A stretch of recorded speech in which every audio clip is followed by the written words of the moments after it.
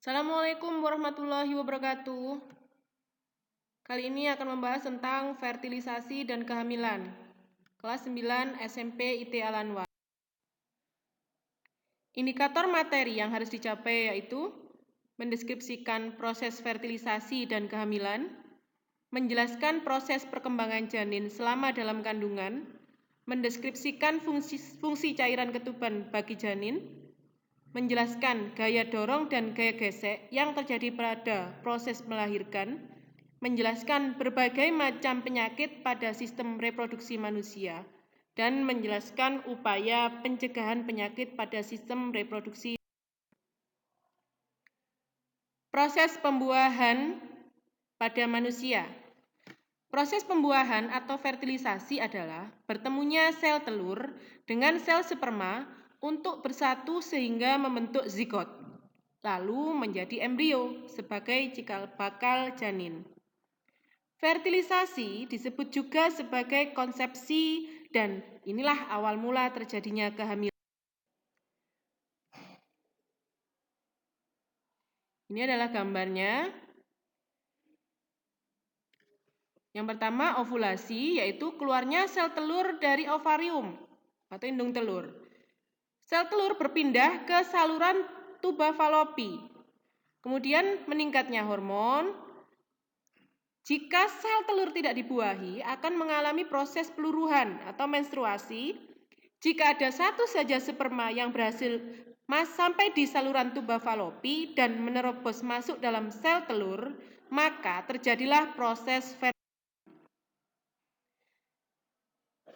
perkembangan janin selama dalam kandungan.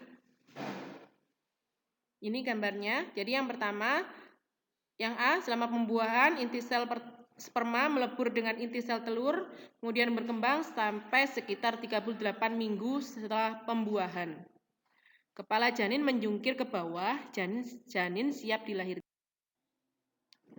Fungsi cairan ketuban bagi janin. 1. Melindungi janin dari benturan. 2. Memberi ruang gerak. 3. Cadangan cairan dan nutrisi bagi janin. 4. Mencegah infeksi. 5. Menjadi inkubator dan pengatur suhu alami yang membuat janin menjadi nyaman. 6. Mendukung perkembangan paru-paru. 7. Mendukung perkembangan sistem pencernaan.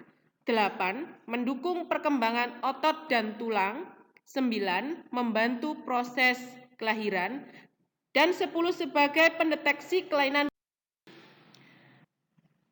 Sekarang daya dorong dan gaya gesek yang terjadi pada proses melahirkan. Gaya dorong pada proses melahirkan, kontraksi otot uterus dimulai dari otot bagian atas, lalu menuju ke bawah, memberikan gaya dorong pada bayi untuk keluar melalui serviks. Saat dinding serviks terdorong dan melebar, maka akan merangsang dihasilkannya hormon oksitosin yang membuat kontraksi otot uterus semakin kuat, sehingga daya dorong semakin besar. Gaya gesek pada proses melahirkan. Gaya gesek terjadi antara bayi dengan cairan plasenta dan gaya gesek antara bayi dengan saluran serviks. Gaya gesek menahan gerakan bayi untuk keluar, tetapi hormon oksitosin dan cairan ketuban akan memperkecil gaya gesek tersebut. Macam-macam penyakit pada sistem reproduksi manusia. Penyakit pada reproduksi wanita antara lain ada vaginitis, bartholinitis, kondiloma acuminata, kanker ovarium, dan kanker serviks. Untuk penyakit pada reproduksi pria, yaitu 1. Prostatitis, 2. Epididymis, 3. Sifilis, 4. Gonorrhea, 5. Hipogonadisme.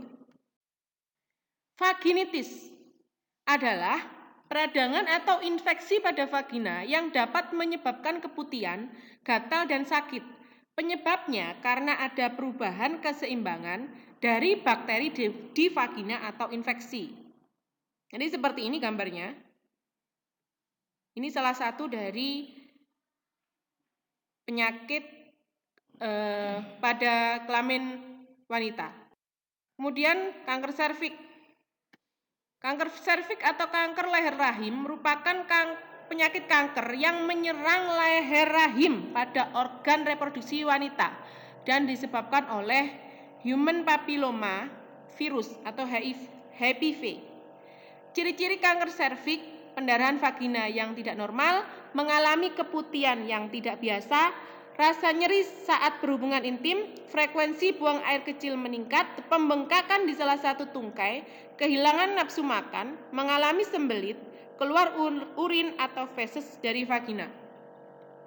Jadi ini seperti upaya pencegahan penyakit pada sistem reproduksi manusia.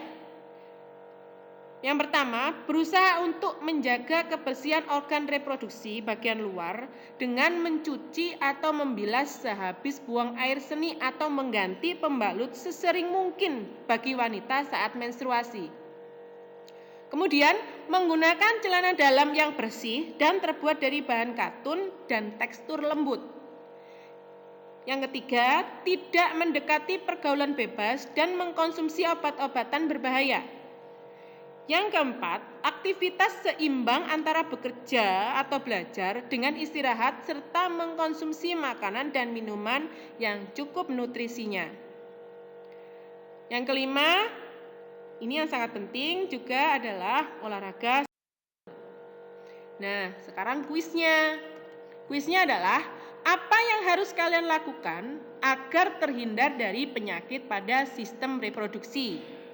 Jawabannya kalian kirim pada kolom komentar di YouTube ya. Contoh menjawab, agar terhindar dari penyakit pada sistem reproduksi, maka saya harus ... Silakan tulis nama kalian juga dan kelasnya ya, jangan lupa. Jangan lupa like dan subscribe. Terima kasih. Assalamualaikum warahmatullahi wabarakatuh.